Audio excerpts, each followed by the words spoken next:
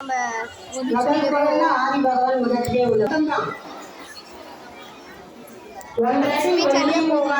உலகத்திலேயே அழுதுதான். அப்போ சிவத்தை ஏதோ ஒரு உதவி உடலால் மனதால் பொருளால் எப்படி செய்ய முடியுமோ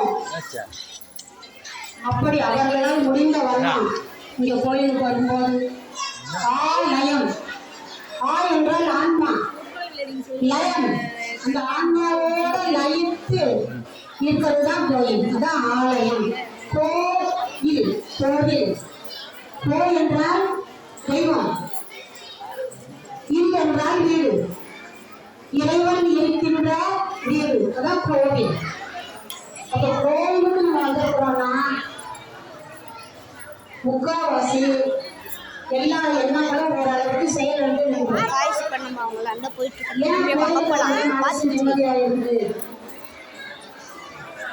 எல்லாரும் வந்து முக்காவாசி வீட்டு இறைவன் எங்கேயே இருப்பாங்க. அதனால இந்த ஆற்றங்களோட தூய்மையாக இருக்கு. என்ன தாக்குதல் இருக்காது. ஒருவர் தீய எண்ணம் அந்த தீய எண்ணம் நம்மளையும் தாக்கும். அது போன்ற எண்ணம் தாக்குதல் இந்த கோயில் இருக்காது.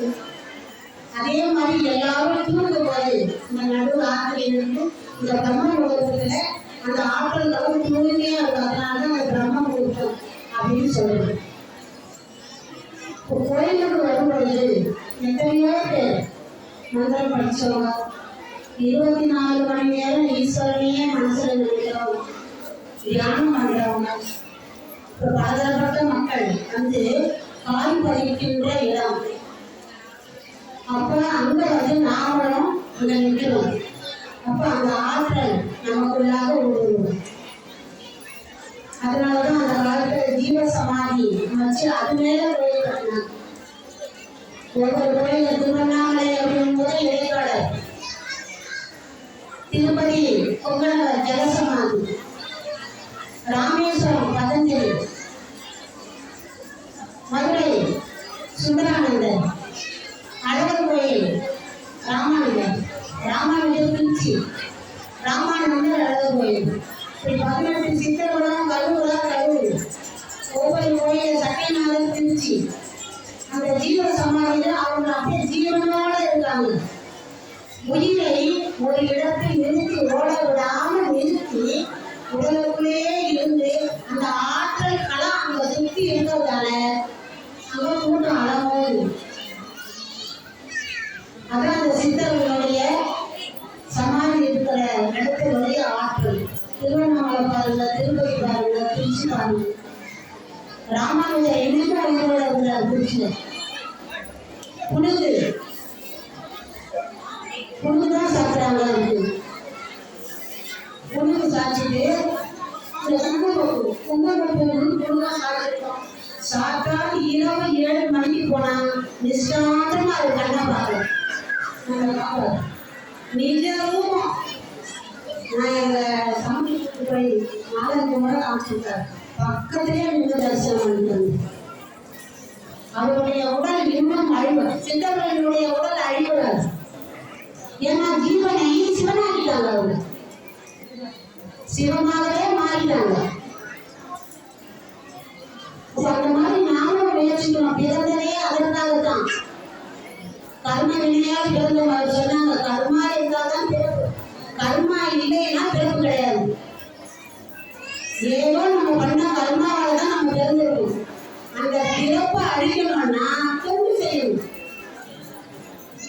நம்மளால முடிஞ்ச ஒரு கோயில் ஒரு பராமரிக்கிறது, சுத்தம் பண்றது, ஜலம் கொடுக்கறது, மலர் கொடுக்கறது, நம்மளால முடிஞ்சது பொருளாலோ இடத்தாலோ நம்ம ஜென்மத்தாலோ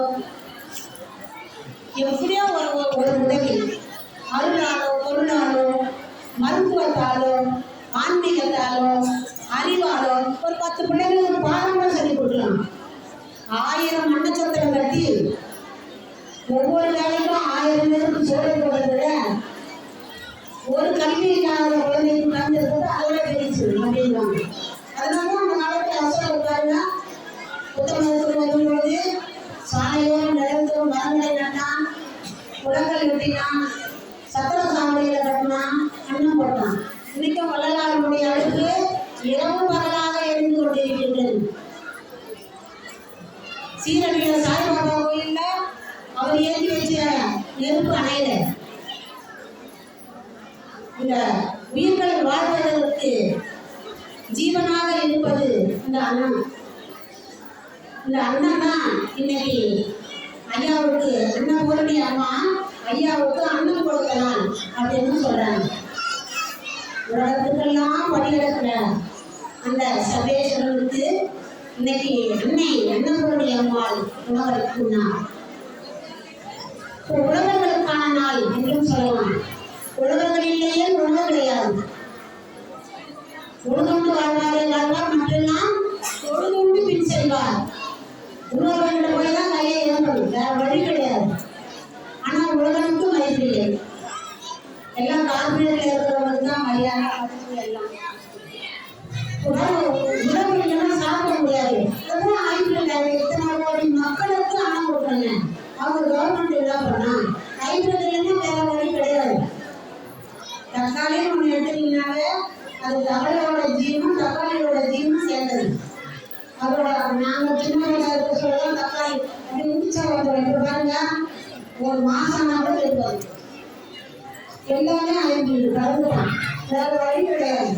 6 மாசம் விளையாட போய் 3 மாசம் விளையாடுச்சுன்னா ஆகும். ஏன்னா எல்லாருக்கும் சாப்பாடு கொடுக்கணும்.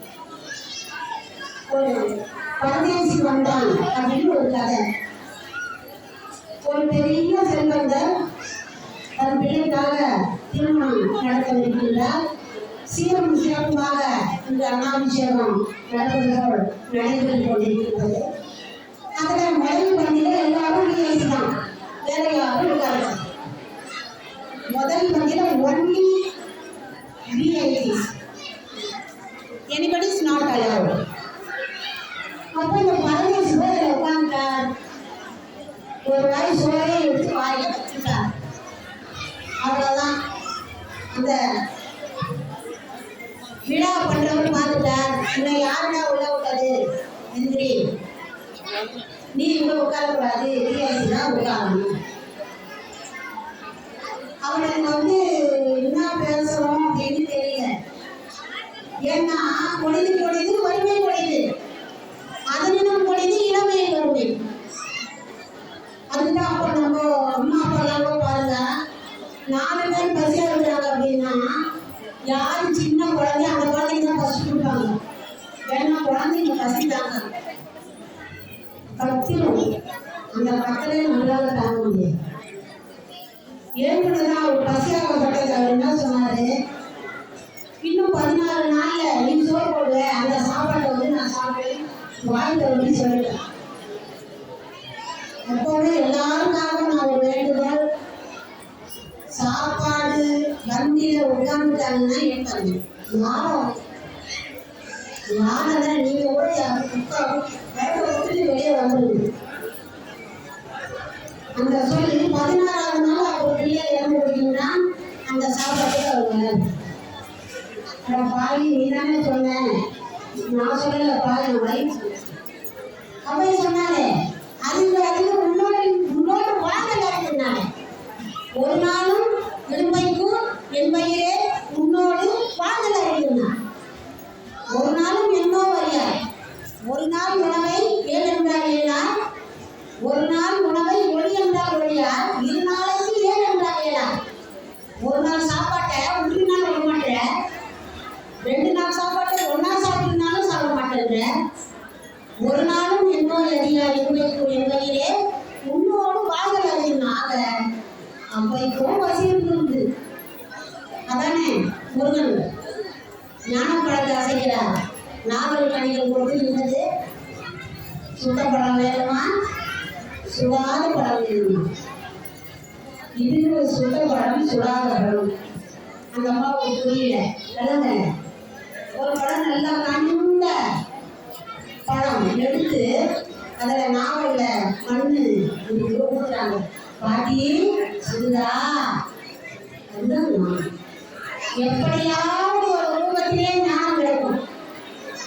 எல்லாருக்கும் சிக்கனை பிடிக்கணும். சிக்கன் அந்த சிக்கன் கிடையாதுங்க.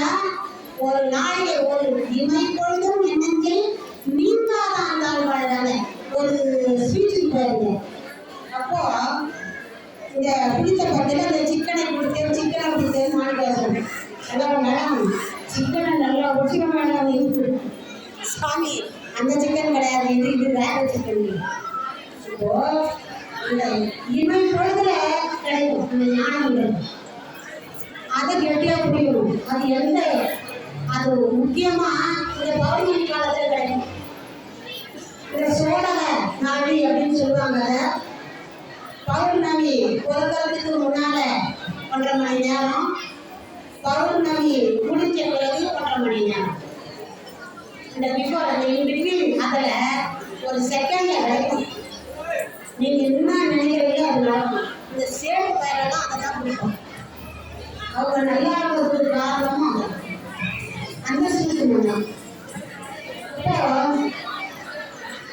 ராமதாசர் வந்து டெய்லி கங்கையை போய் நிற்பார்.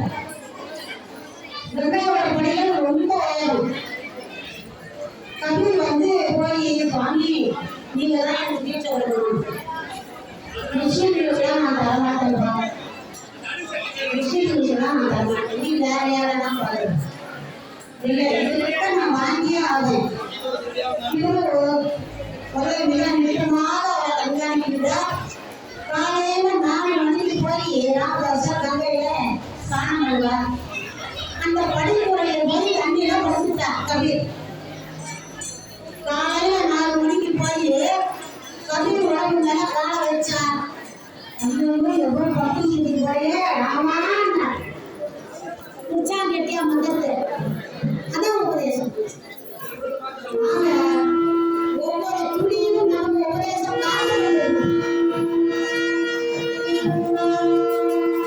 ஓகே, நம்ம ஸ்பீச் முடிச்சு நெக்ஸ்ட் அலங்காரத்தை எடுக்க போறாங்கன்னு நினைக்கிறேன். ஓ சாரி, கரைக்க போறாங்க. குளத்துல கரைக்க போறாங்க. வாங்க நம்ம போய் பார்க்கலாம். ஓகே, நம்ம பார்ட் 4ல பார்க்கலாம்.